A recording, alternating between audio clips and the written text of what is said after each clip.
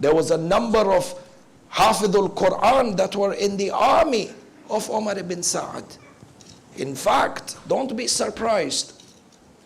You will notice, even when you go through history, Ubaidullah ibn Ziyad al-La'in was also Hafidul Quran. And I don't wish over here, and I don't want anyone to think that we are doing tawheen of the Quran or we are reducing the status of the Quran. Abadan la. The Quran is this grand revelation from Allah subhanahu wa ta'ala. Bila shakkin wala raib. But this Quran, which is a Quran samit, needs a Quran natik with it. Otherwise the Qari of the Quran becomes a shaitan himself. You notice Ubaidullah ibn Ziyad, refer back to any book of the Maqatil. When he attacked Muslim bin Aqil, look at Yazid al-La'in. Yazid al-La'in himself had memorized numerous verses of the Quran. And he used them in poetry to actually degrade Islam.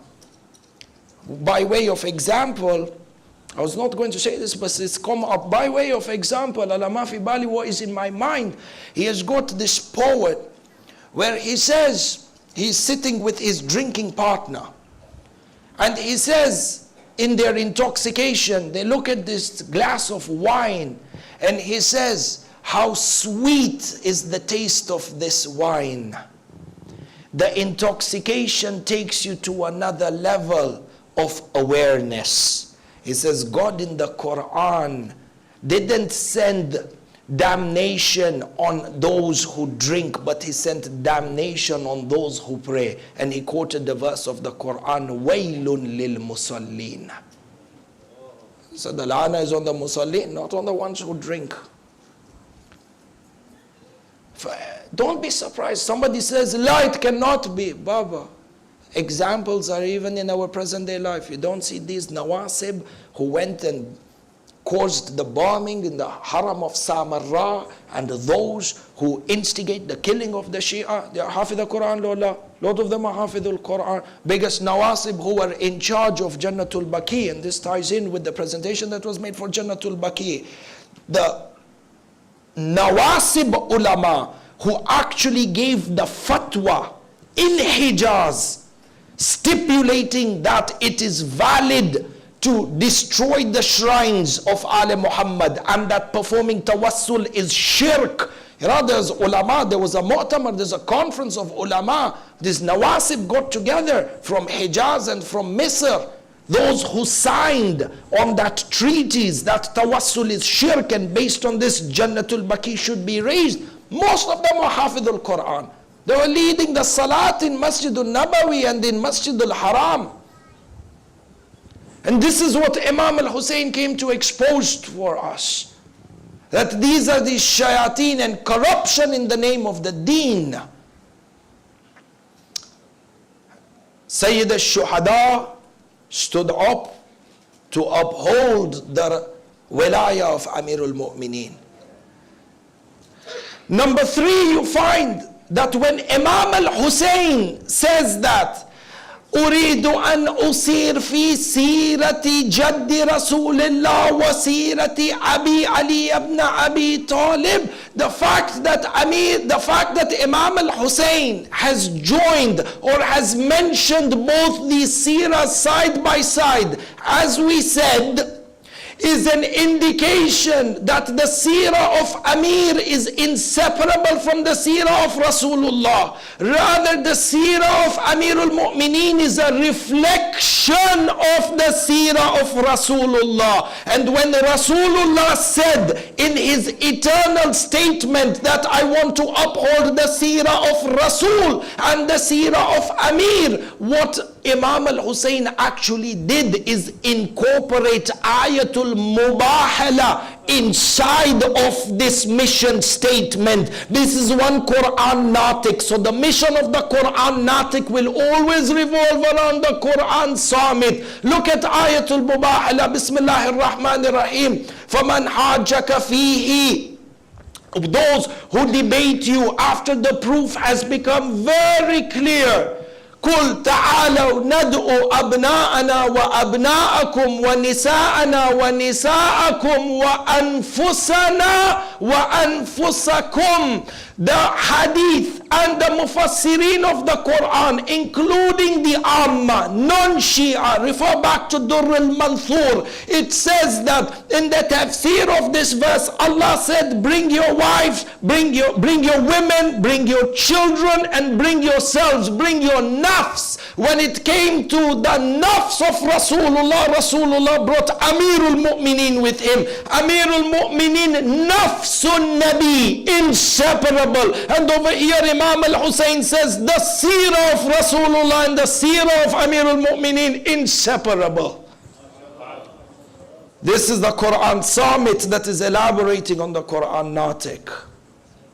And since we are on this ayah of Mubahala, the Christians came in, as you already know.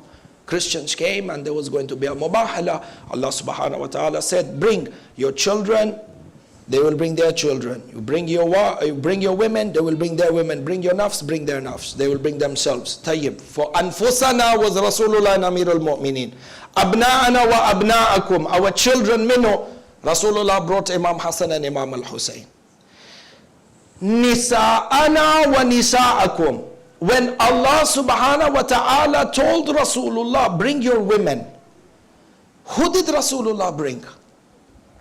Refer back to all mufassirin of the Quran, Amma and Khassa, and particularly go back to Durr al-Manthur because of the credibility that it has within the books of the Amma.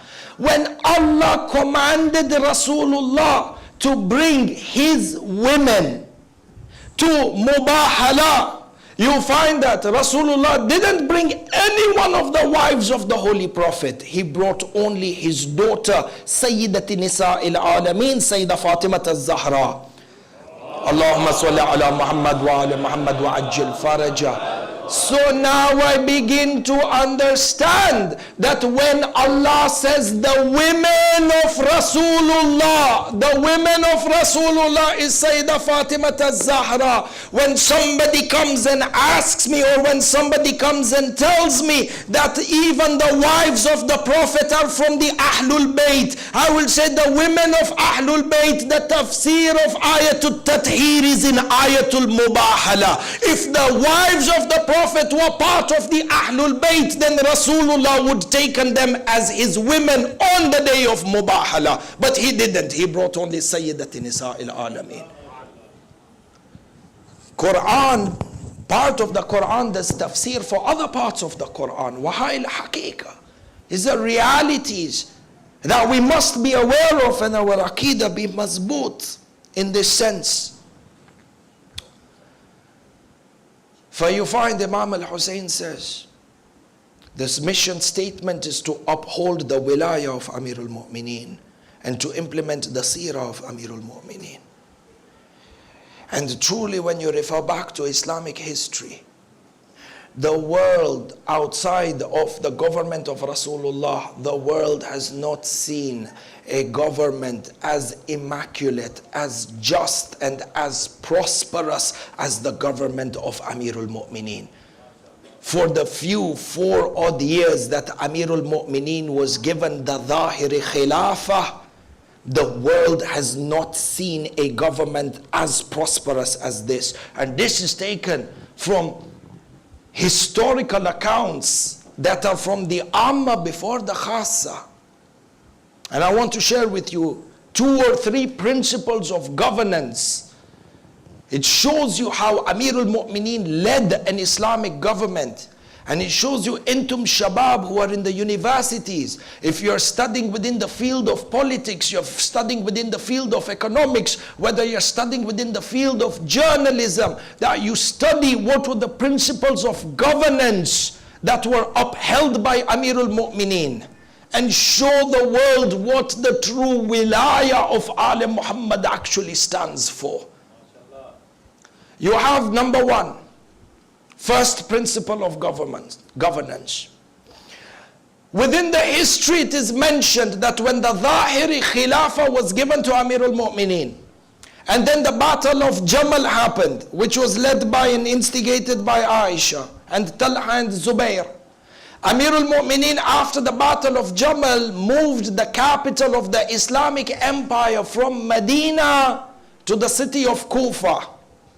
And when he entered into the city of Kufa, the entire population was waiting for Amir al-Mu'mineen.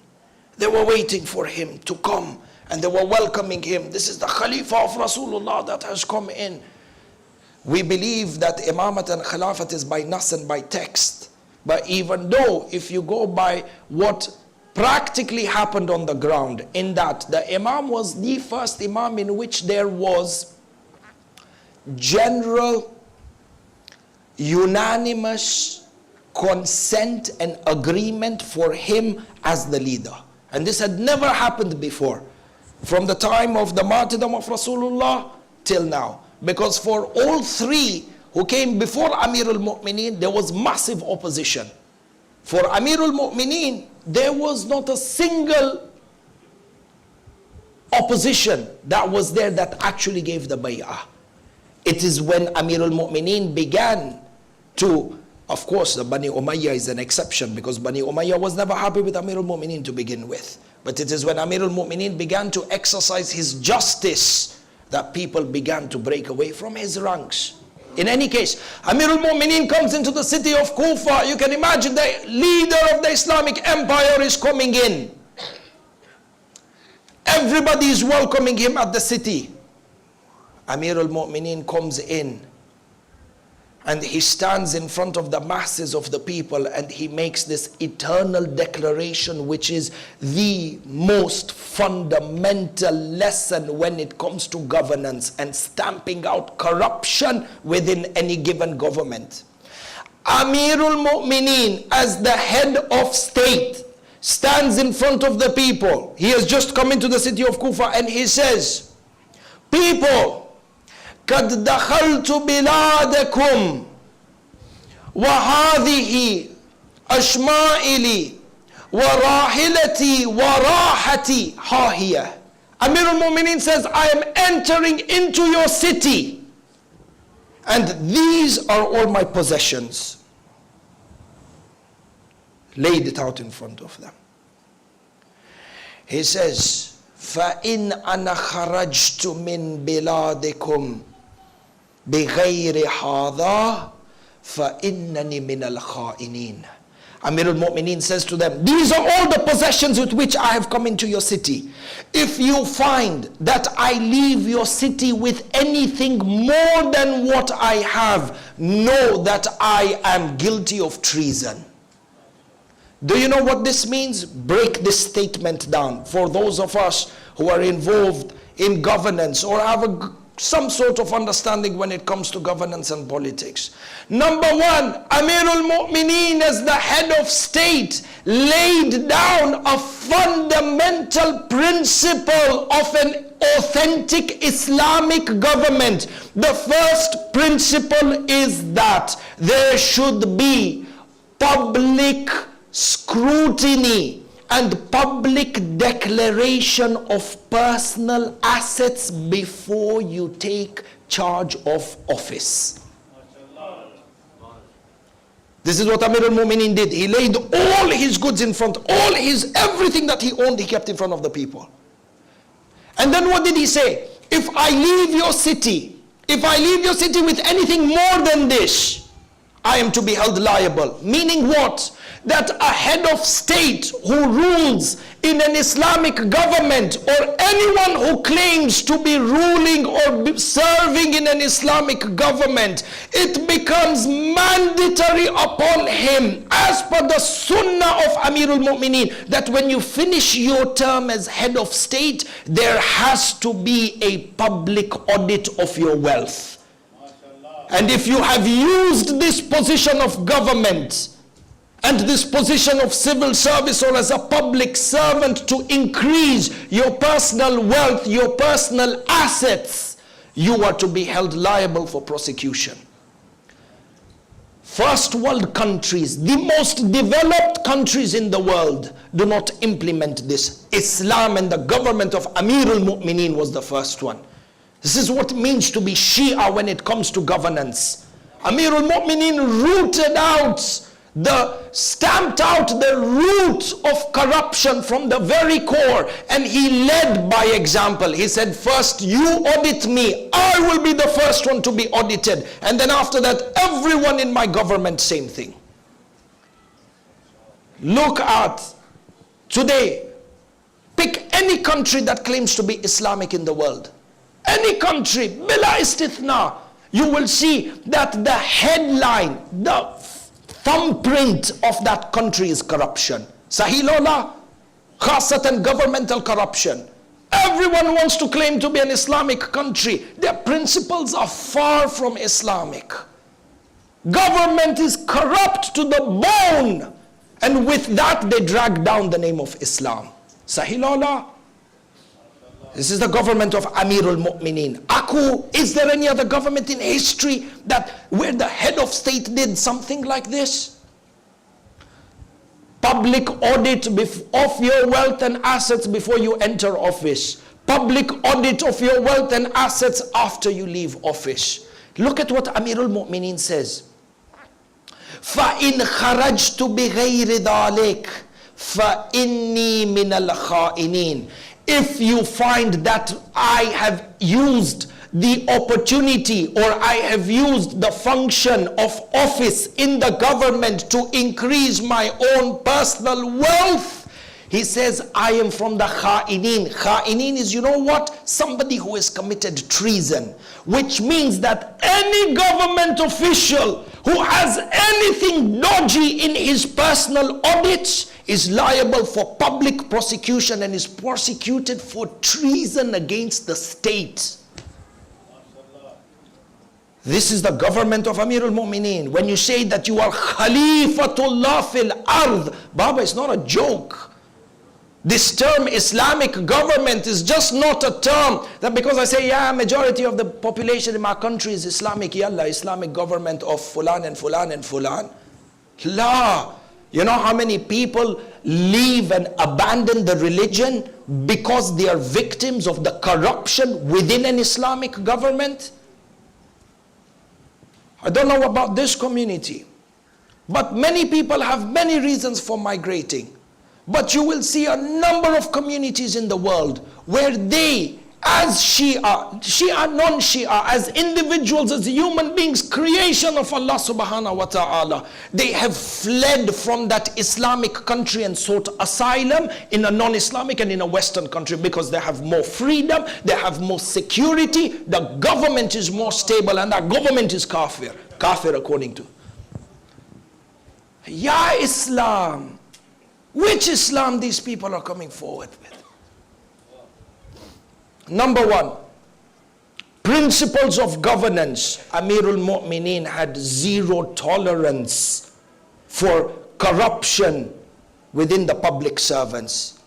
And you know, when you root out corruption from the government, the next best natural thing to happen, the next natural thing, which is the best thing, is prosperity of the nation.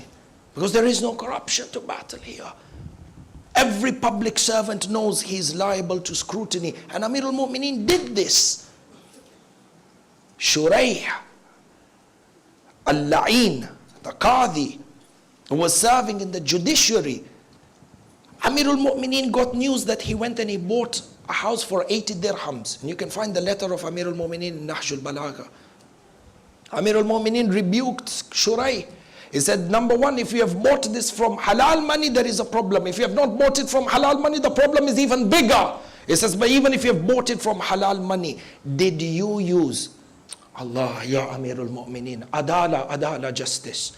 Amir al-Mu'mineen says to him, if you have used your connection as a judge in the government, your connection as somebody who's got a high governmental position, if you used that connection to buy the house, I will still hold you accountable. Who told you that your position can be used for personal contacts or connections, networks? This is the government of Amir al-Mu'mineen. This is the government of Khalifatullah fil ard. Hi Wahid. Sallu ala Muhammad wa ala Muhammad.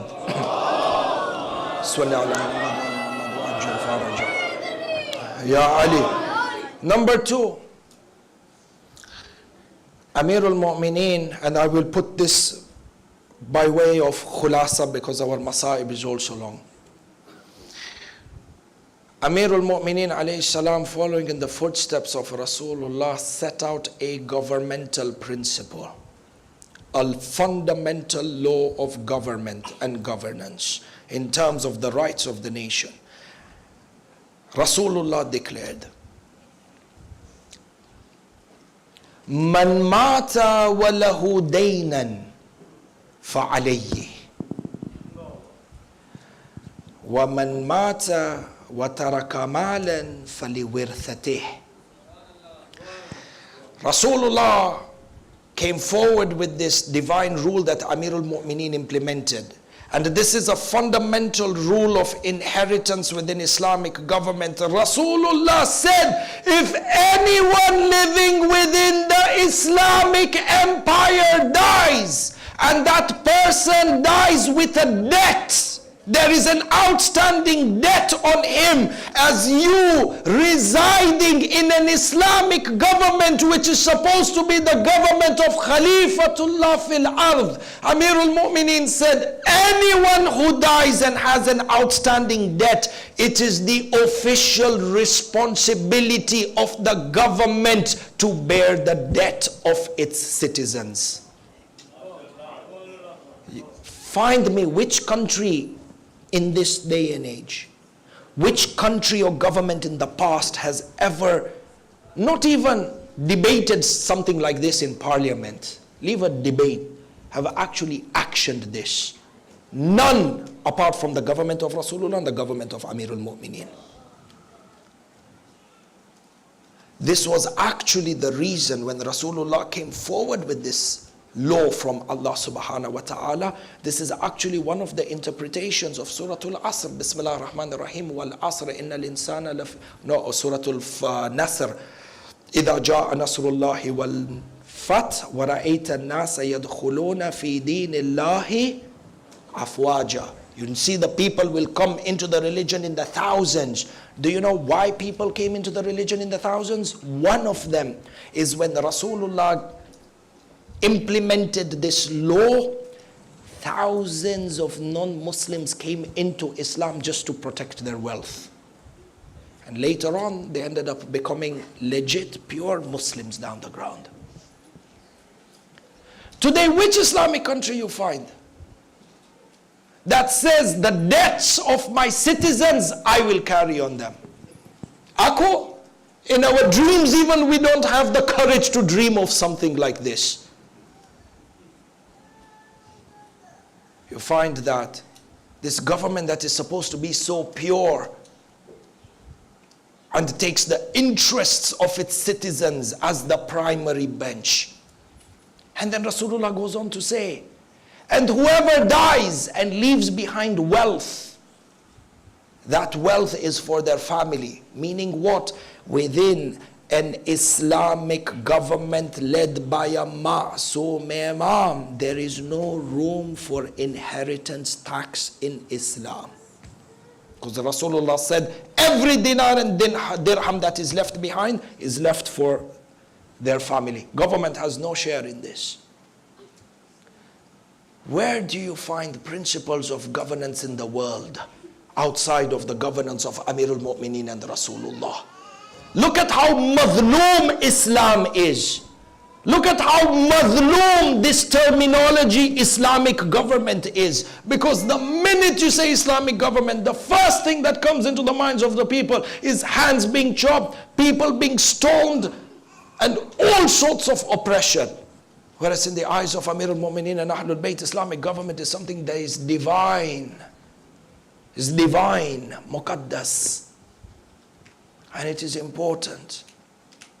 Entum, as ambassadors of Ahlul Bayt, as ambassadors of Tashayyu and Shiaism here in the West, that you study, you educate, hold conferences and inform people about the grandeur of the government of Amir al-Mu'mineen.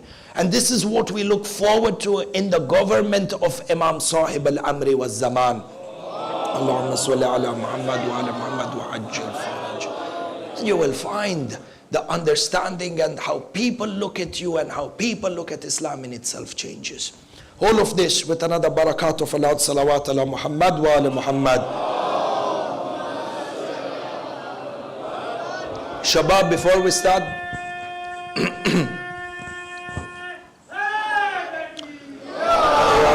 Shabab, before we start the Masaab, one final call. I'm very sorry. If you are able to, please move a little bit forward so the Matamis who are outside get a chance to participate in the Masaab and in the coming of the Alam Jula. Sallu ala Muhammad wa ala Muhammad.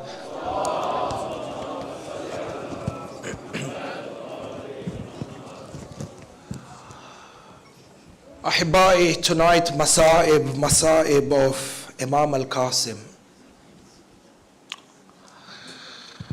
And on a night like this, we pay tribute to Imam Hasan al-Mujtaba, Ruhi lahul fida. Imam al-Mujtaba had 7 representatives on the day of Ashura. Imam Hasan al-Mujtaba had 7 sons who are all present on the day of Ashura. His eldest son is known as Hasan al-Muthanna, Hasan II. Historians say he was about 22 years of age, and he fought in the battle courageously until one of his arms was severed. And because of the intensity of the pain and the wounds and the loss of blood, he had fainted on the battlefield. They thought he was dead. And it is only on the 11th of Muharram that he gained reconsciousness, and the mother of his tribe interceded, and he was then taken as prisoner. There are 3 children of Imam al-Hasan from the 7 that were present in Karbala. 3 of them were taken as prisoners. Imam Hasan al-Muthanna, Sayyid Hasan al-Muthanna, who was injured in battle, and you have Zayd and Amr, who are about 11 and 12 years of age. They were taken as prisoner from Karbala to Kufa, and Kufa to Sham, and from Sham they came back to Karbala and Arba'in. And you have 4 sons of Imam Hasan al-Mujtaba who were shaheed on the day of Ashura. And from one of these sons is a son by the name, Imam Hasan had 2 sons by the name of Abdullah. There was Ahmad, Abdullah al-Akbar, Abdullah al-Asghar, and then Shah Qasim. Abdullah al-Asghar was the last of the Bani Hashim to become shaheed on the day of judgment, on the day of Ashura. And that even, you know how? Ahibai, Maqtal mentions on the day of Ashura, Imam al-Husain was in jihad until he fell from the Dhuljana, covered in blood and covered in wounds.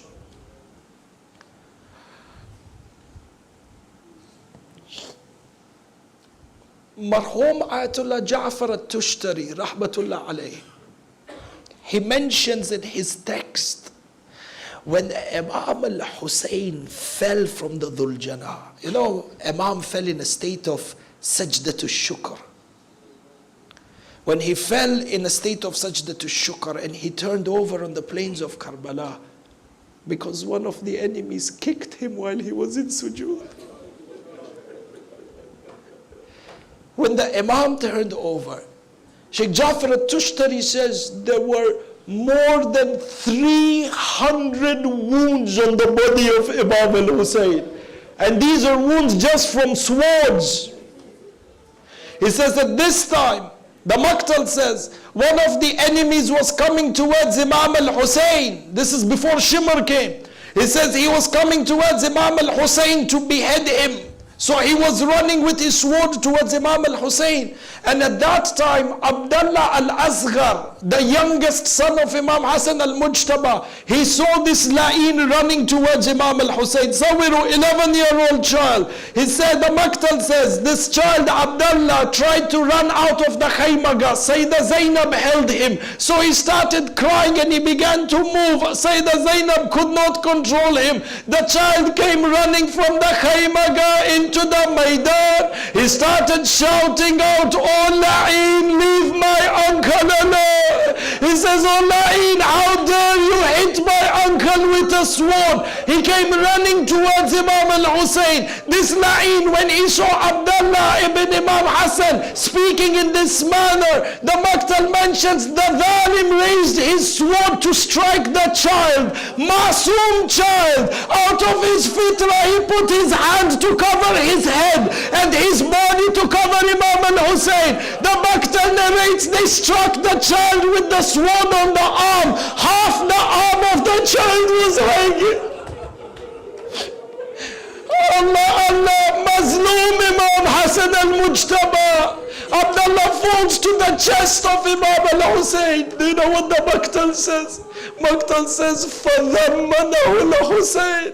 Imam al-Hussein hugged him and he said to him, "My child, very shortly you will be together with your father and your grandfather." At this moment, the child is crying in the chest of Imam al-Hussein. Maktal mentions Hurmala shot an arrow into the neck of the child. The child becomes shaheed in the arms of Imam al-Hussein. Allah. You have Abdullah al-Asghar who was shaheed. 3 who were taken as prisoners. And then you have another brother, Ahmad and Abdullah al-Akbar. Both of them became shaheed in Karbala. The Maktal mentions that every time the shuhada of Bani Hashim would go and ask for permission to go for jihad, Shah Qasim would come. He would come and ask permission from Imam al-Hussein. Every time when Aliyun al-Akbar wanted to go, Shah Qasim came and asked for permission. Imam al-Hussein told him, "Go back to the Khaybaga." Abdullah ibn Muslim, when he went into the Maidan, Shah Qasim asked for permission. Imam al-Hussein sent him back. Every time the Bani Hashim owned Muhammad, every time they went, Qasim came behind and said, "Mawla, my master, give me a chance for Shahada." Imam al-Hasan would send him back to the Khaymaga. After Shah Qasim's brother became shaheed, the Maktal mentions Shah Qasim came towards Imam al-Hussein and he fell down to the ground. He began to kiss the sand underneath the feet of Imam al-Hussein, and then he began to kiss the feet of Imam al-Hussein and the hands of Imam al-Hussein. He says, "Oh my uncle, give me permission to go to the Maidan and become shaheed." Allah, Allah. This final time Imam al-Hussein said to him, "Qasim, Anta alamatu akhi, you are the reminder of my brother Hassan." Because Shah Qasim resembled Imam Hasan al-Mujtaba the most. Allah. He said, "I cannot give you permission. You resemble my brother Hassan." Maktal mentions Shah Qasim with great sadness returned back to the Khaymaga. And you've seen in the Khaymaga in Karbala, he has got his own Khayma. Shah Qasim went into the Khaymaga. Maktal says that he sat down on the ground and he put his head on his knees. In sadness, Shah Qasim was crying. And his mother came to him, Sayyidah Farwa. She said, "Qasim, you haven't gone to the battlefield yet." Shah Qasim says, "Mother, Abu Abdullah al-Hussein will not let me go into the battlefield." So Shah Qasim says to him, the mother, Sayyidah Farwa says to him, "Oh Qasim, there is this ta'weed on your right hand. Your father had said that if you are in any difficulty, in the most difficult time of your life, to open the ta'weed." So Shah Qasim opened the ta'weed that was around his right hand. Inside of it was a letter. Shah Qasim opened the letter. It says, "This is from your father Hasan al-Mujtaba. Oh Qasim, there will come a day when you are in Karbala. وَقَدْ أَحَاطَ أَبَا عَبْدِ اللَّهِ بِالْأَعْدَاءِ Allah, Allah. Or kad ahata al-a'da Aba Abdullah. There will come a day when the enemies have surrounded your uncle Aba Abdullah. So Imam Hasan al-Mujtaba says on that day, فَلَا تَتْرُكُوا الْبَرَازِ. Do not leave the jihad on that day, and do not prefer your nafs over the nafs of Aba Abdullah. Allah, Allah. What did Imam al-Mujtaba say in the last part of the letter? He says to him, my son Qasim, and you are my representative in Ashra. Allah. Shah Qasim, when he looked at the letter, he was filled with happiness. He went running into the khayma of Imam al-Husayn. He shows Imam al-Husayn the letter. The Maktal mentioned Sayyid al-Shuhada looked at the letter of his brother Imam al-Mujtaba. He then hugged Shah Qasim, and both of them began to weep until the sand underneath their feet was covered with water and tears. Allah, Allah. Imam al-Husayn takes Shah Qasim into the khaymaga. He brings a sanduq out, chest. He opens the sanduq, and he removed the kaba of Imam Hasan al-Mujtaba, and he put it on Shah Qasim. And then he took the izar, the kameez, and he put it on Shah Qasim. The Maktal mentions that the way Imam al-Husayn tied the mizar or the kameez on Shah Qasim, it was just like the way that you make somebody wear a kafan. Allah, Allah. And then on top of that, Imam al-Husayn removed the amama of Imam Hasan al-Mujtaba. He began to tie the amama of Imam al-Mujtaba on the head of Shah Qasim, and then he kissed him on the forehead. He said, Shah Qasim, go into the tents of the women and bid them farewell. Shah Qasim went into the khaymaga of the women. As soon as he entered inside, the first person to see him was Sayyida Zainab al-Kubra. Allah, Allah. The Maktal mentions that as soon as Sayyida Zainab saw Qasim, she stood up, and with tears in her eyes, she cried out, is this my brother Hassan? Allah, Allah, ya Zainab. Just the other day you saw Imam al-Hassan vomiting blood and his intestines in attached. Now you are going to see the broken body of Qasim come back to the khaymaga. Allah, Allah. Inside of Qasim, Sayyida Zainab saw Imam Hasan. You know, Imam Hasan was everything for Sayyida Zainab, because Imam al-Hasan was that source of security for Sayyida Zainab. So she came and she kissed Qasim. Farwa came and kissed Qasim. Qasim bid the women in the tents farewell. He came out. The Maktal mentions Imam al-Husayn put a breastplate on top of him. The narrations also mention that Shah Qasim was 13 years of age. The breastplate is made for war, and the war is for adults. It is not made for young men. The Maktal mentions that the armor couldn't even fit Shah Qasim properly, so it was hanging down from the top part of his body. Imam al-Husayn gives him the sword, and then he kisses him for a final time. Imam al-Husayn is standing at the front of the khaymaga. Shah Qasim goes into the battlefield, and then he begins to attack the enemies, reciting out poetry, saying, In tunkiruni fa'ana najlul Hasan, sibtun nabiyil Mustafa wal Mu'taman. If you don't know who I am Qasim, the son of Hasan. I am the grandson of Rasulullah. Ada Husayn.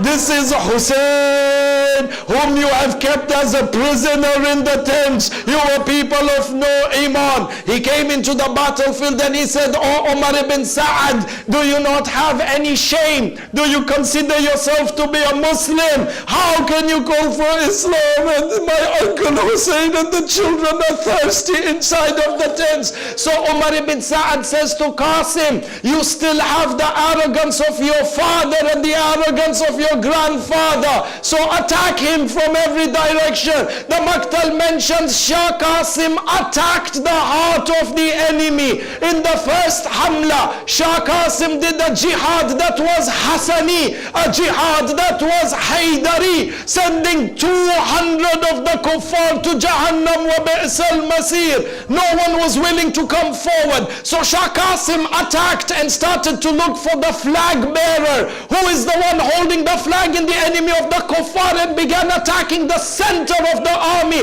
The Maqtal mentions he sent another 70 of them to Jahannam. And as he was fighting, Umar ibn Sa'ad said, how can a young boy expose all of you? They said, we cannot come close to the sword of Qasim. He said, if you cannot do this, the Maqtal says, then throw stones on him. Allah. The Maqtal says, فَرَمَوْهُ بِالْحِجَارَةِ وَكَانُوا يَقُولُونَ اقتلوا al-Khariji, Ibn al-Khariji. They threw stones on Shah Qasim and they were shouting, this is the Khariji and the son of a Khariji. Ya Shi'at al-Muhammad, 30 wounds on the body of Shah Qasim. But even after throwing stones, Shah Qasim kept pressing forward to the army. They could not come near him. So what they did is they surrounded Shah Qasim from every side. Allah, Allah, Allah. They surrounded Shah Qasim. Shah Qasim is standing in the middle, covered in wounds, 35 wounds they say. He's covered in wounds. He's looking at the army. They have surrounded him. The narrations mentioned Shah Qasim held his sword, looked at them. And then he took a step and he looked down. Hamid ibn Muslim says, I will never forget the detail. Shah Qasim saw that the lace of his sandal was open. So he bent down to tie the lace. And as he bent down to tie the lace, it was as if to show them that you enemies that have come in your numbers, you are not even worth the lace of my sandal. As Shah Qasim was tying the lace on his sandal, one of the enemies came from the back by the name of Amir ibn Sa'id al-La'in. He said, by Allah, I shall make his uncle weep. The Hamid ibn Muslim says, this child looks like a moon, so innocent, leave him, let others kill him. He said, by Allah, I am the one who will bring that pain in the heart of Hussein. So Amr ibn Sa'id came from the back. The Maqtal mentions, فَضَرَبَهُ بِسَيْفِهِ عَلَى رَأْسِهِ. He struck Qasim with a sword on the head. Allah, Allah. Do you know what the Maqtal says? The intensity of the sword. The intensity of the sword was such, the Maqtal says, فَفَلَكَ حَامَةً. He struck open the head of Qasim.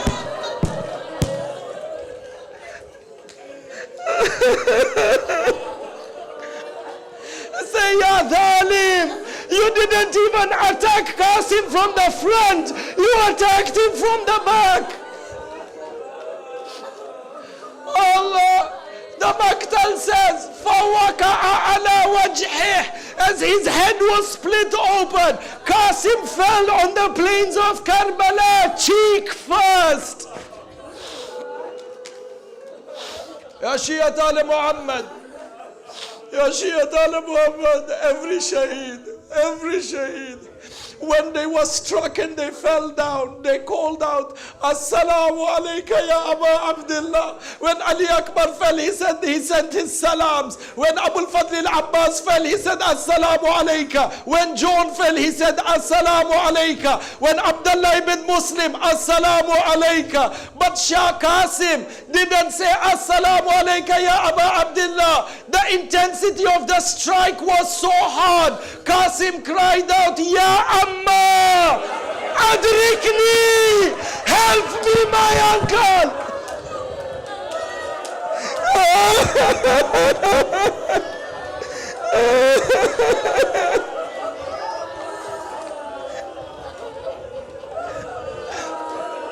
He fell down to the ground and said, Adrikni, help me, my uncle.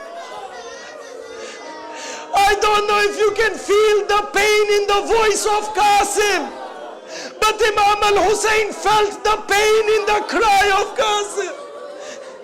The Maqtal says, Imam al-Hussein came rushing out of the Khaymaga, كَأَنَّهُ لَيْثٌ غَضْبَانٌ, like as if he's a ferocious lion, shouting out, Qasim!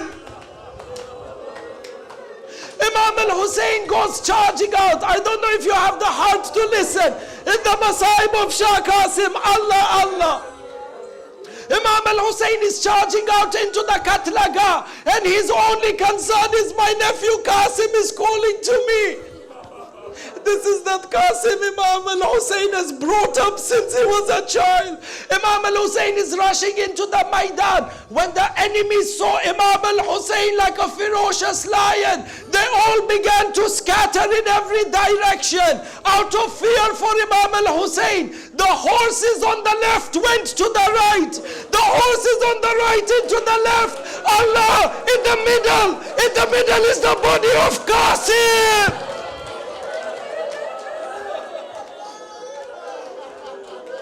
فَرَذُّوا جَسَدِ الْقَاسِمِ بِحَوَاكِبِ الْفُيُورِ. They trampled on the body of Qasim with the horses.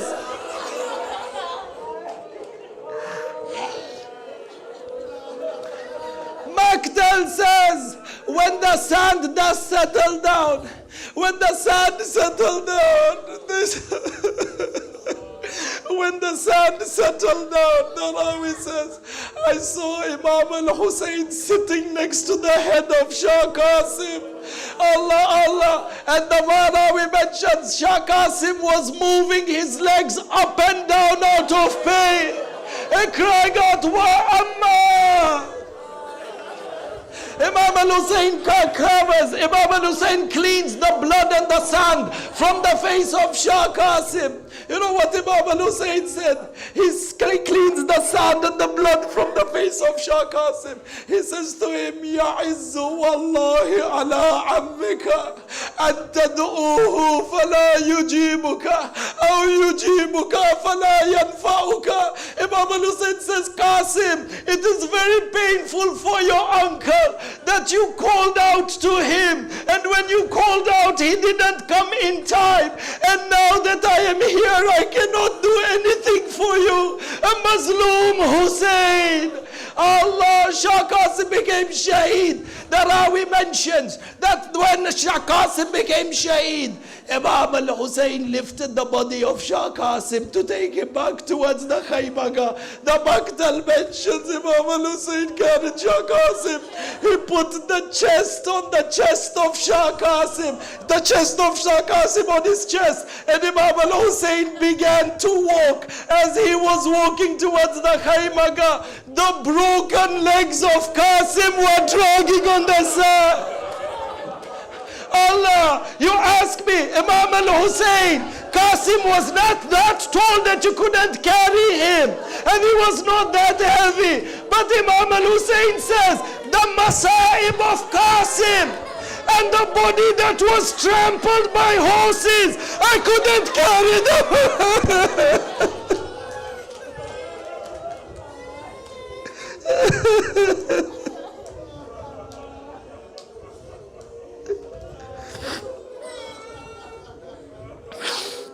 Matam Qasim, Matam Hussein.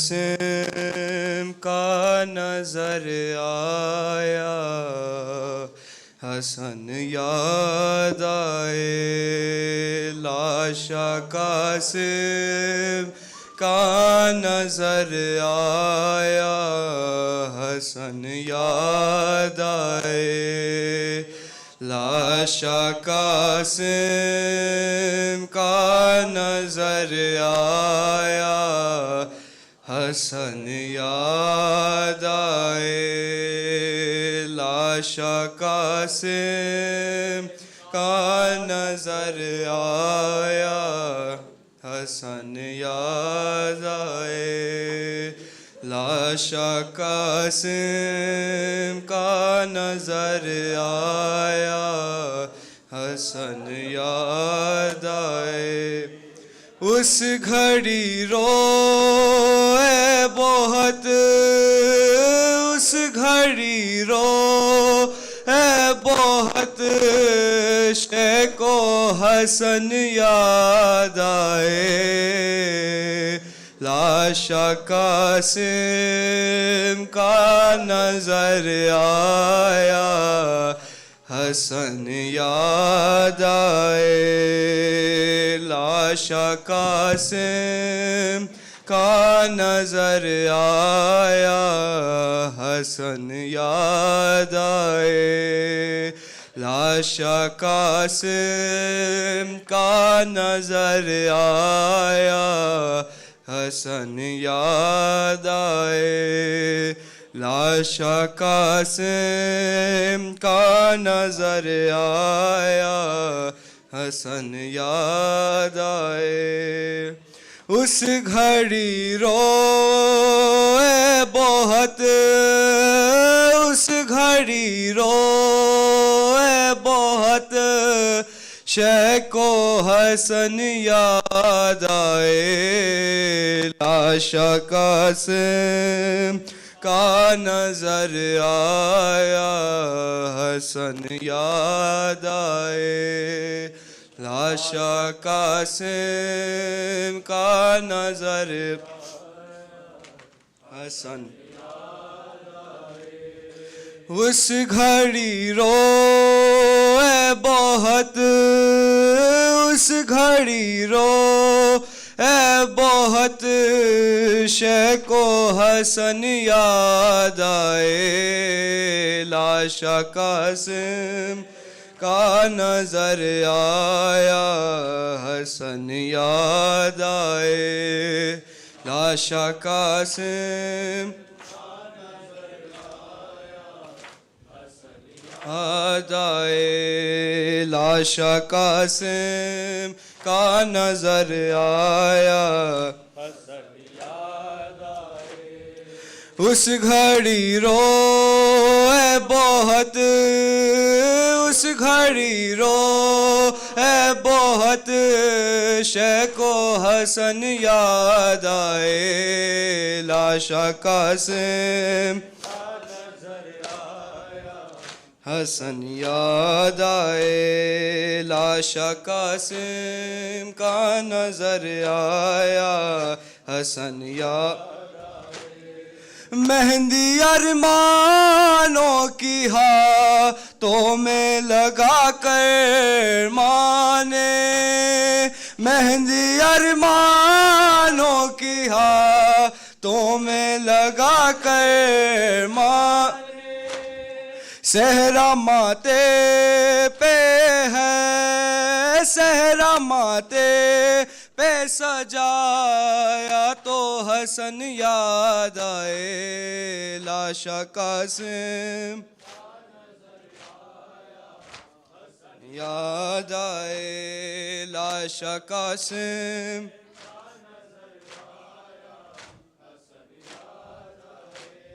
لاشا قاسم کا نظر آیا، مہندی ارمانوں کی ہاتھوں میں لگا کر مانے، مہندی ارمانوں کی ہاتھوں میں لگا کر مانے، صحرا ماتے پہ ہے، صحرا ماتے پہ سجایا تو حسن یاد آئے، لاشا قاسم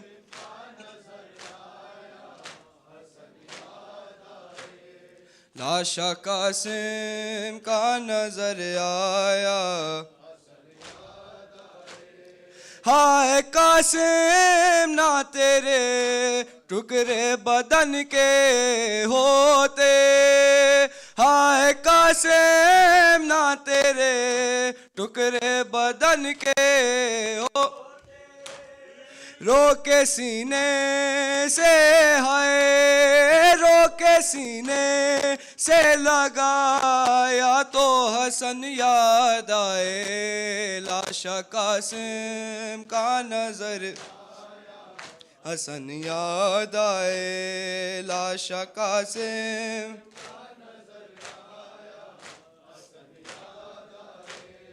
اس گھڑی روئے بہت اس گھڑی روئے بہت شیخ و حسن یاد آئے لاشا قاسم کا نظر آیا لاشا قاسم کا نظر آیا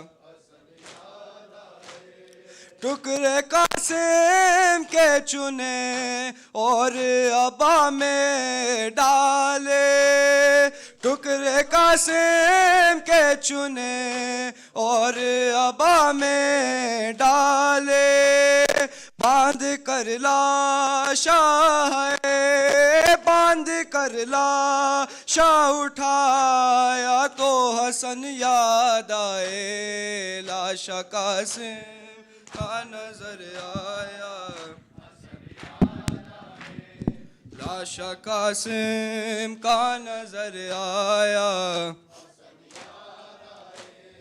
اس گھڑی روئے بہت اس گھڑی روئے بہت شیخ و حسن یاد آئے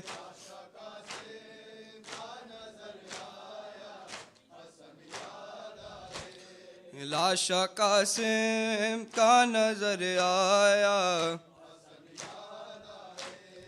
ہائے قاسم نہ تیرے ٹکڑے بدن کے ہوتے ہائے قاسم نہ تیرے ٹکڑے بدن کے ہوتے رو کے سینے سے ہے رو کے سینے سے لگایا تو حسن یاد آئے لاشا کا نظر آیا حسن یاد آئے لاشا قاسم کا نظر آیا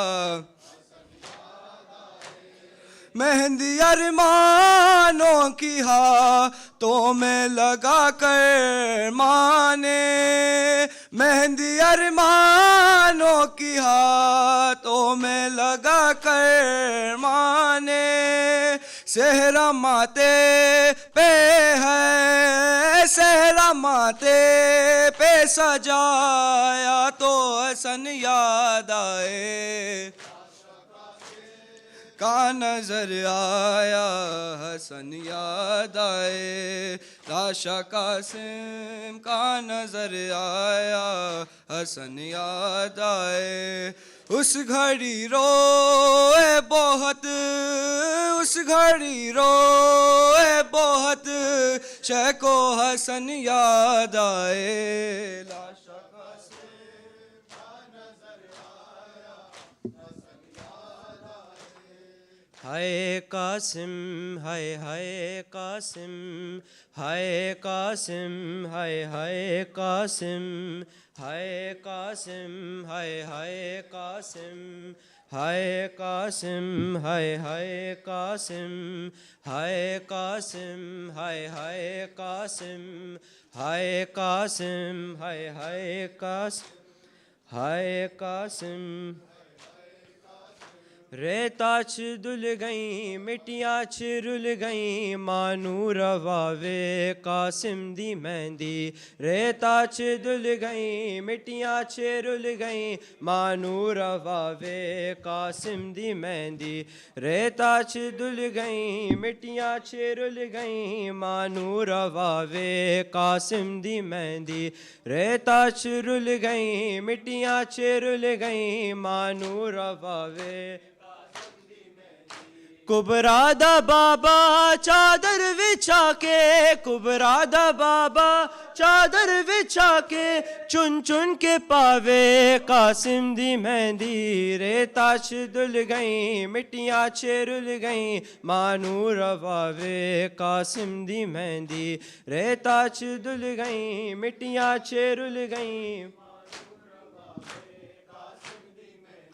خیام اندر جدو مہندی آئی بن رے دیمانے سر خاک پائی خیام اندر جدو مہندی آئی بن رے دیمانے سر خاک پائی بن ریدہ بابا بہنی بلا کے بن ریدہ بابا بہنی بلا کے رو رو وقاوے قاسم دی مہندی ریتا چھ دل گئیں مٹیاں چھ رل گئیں مانو رواوے قاسم دی مہندی ریتا چھ دل گئیں مٹیاں چھ رل گئیں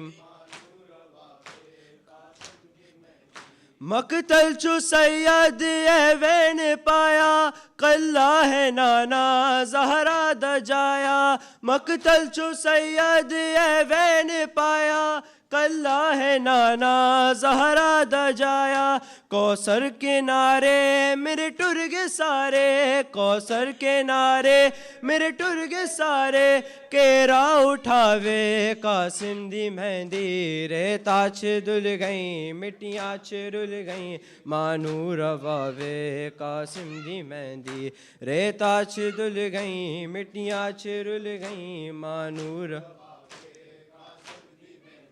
خیام اندر جدو مہندی آئی بن رے دیمانے سر خاک پائی خیام اندر جدو مہندی آئی بن رے دیمانے سر خاک پائی بن ریدہ بابا بہنی بولا کے بن ریدہ بابا بہنی بولا کے رو رو وقاوے قاسم دی مہندی ریتا چھ دل گئیں مٹیاں چھ رل گئیں مانو رواوے قاسم دی مہندی ریتا چھ دل گئیں مٹیاں چھ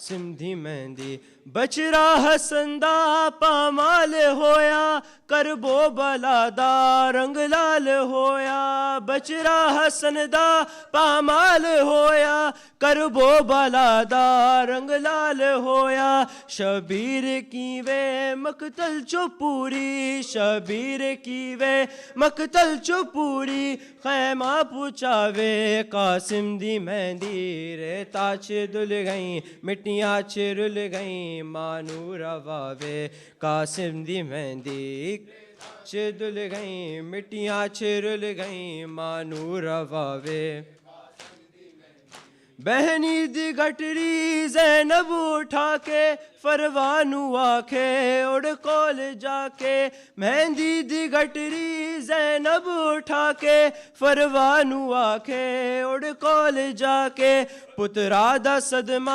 اکبر دا صدمہ پترا دا صدمہ اکبر دا صدمہ مینو بولاوے قاسم دی مہندی ریتا چھ دل گئیں مٹیاں چھ رل گئیں مانو رواوے قاسم دی مہندی ریتا چھ دل گئیں مٹیاں چھ رل گئیں مانو رواوے مقتل چو سید ایوین پایا قلہ ہے نانا زہرا دا جایا مقتل چو سید ایوین پایا قلہ ہے نانا زہرا دا جایا کوثر کے نعرے میرے ٹرگ سارے کوثر کے نعرے میرے ٹرگ سارے کیرا اٹھاوے قاسم دی مہندی ریتا چھ دل گئیں مٹیاں چھ رل گئیں مانو رواوے قاسم دی مہندی ریتا چھ دل گئیں مٹیاں چھ رل گئیں مانو رواوے دی کبرا دا بابا چادر وچھا کے کبرا دا بابا چادر وچھا کے چن چن کے پاوے قاسم دی مہندی ریتا چھ دل گئیں مٹیاں چھ رل گئیں مانو رواوے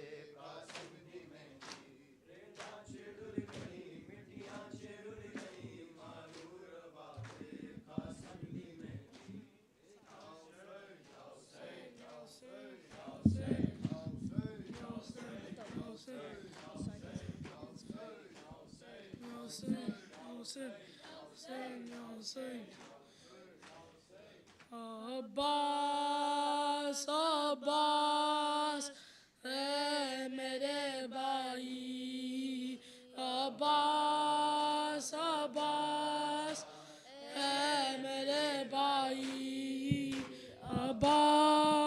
عباس اے میرے بھائی عباس عباس اے میرے بھائی اکبر بھی گئے چھوڑ کے یوں مجھ کو کہلے حیدر حیدر علی علی کیا کیا نہ ستم ہے میرے اس دل نے جیلے حیدر حیدر علی علی لوٹے ہیں ستم گر میرے برسوں کی کمائی عباس عباس اے میرے بھائی عباس اے میرے بھائی بچوں کا تڑپنا مجھ دیکھا نہیں جاتا حیدر حیدر علی علی ہے یاسے میں بیٹھے ہیں لیے حاتم کاذاب حیدر علی حیدر علی علی اب لطفی نہیں خیز میں ویرانی سی چائی عباس عباس اے میرے بھائی عباس عباس اے میرے بھائی بھائی میرے بھائی کی صدا گونج رہی ہے حیدر حیدر علی مایوسی نہیں فی مکر ابن علی ہے حیدر حیدر علی اب حالت شبیہ پہ روتی ہے خدائی عباس عباس یہ تجھے شاہ میرے بھائی عباس عباس اے میرے بھائی شاہ سلام علیہ شاہ سلام علیہ شبیر و شبر سلام شاہ سلام علیہ حیدر و صفدر سلام شاہ سلام علیہ شاقی دلبر سلام اکبر و اصغر سلام یاس سکینہ سلام اون محمد سلام حوری دلبر سلام زینب کلثوم سلام آقا قمبر سلام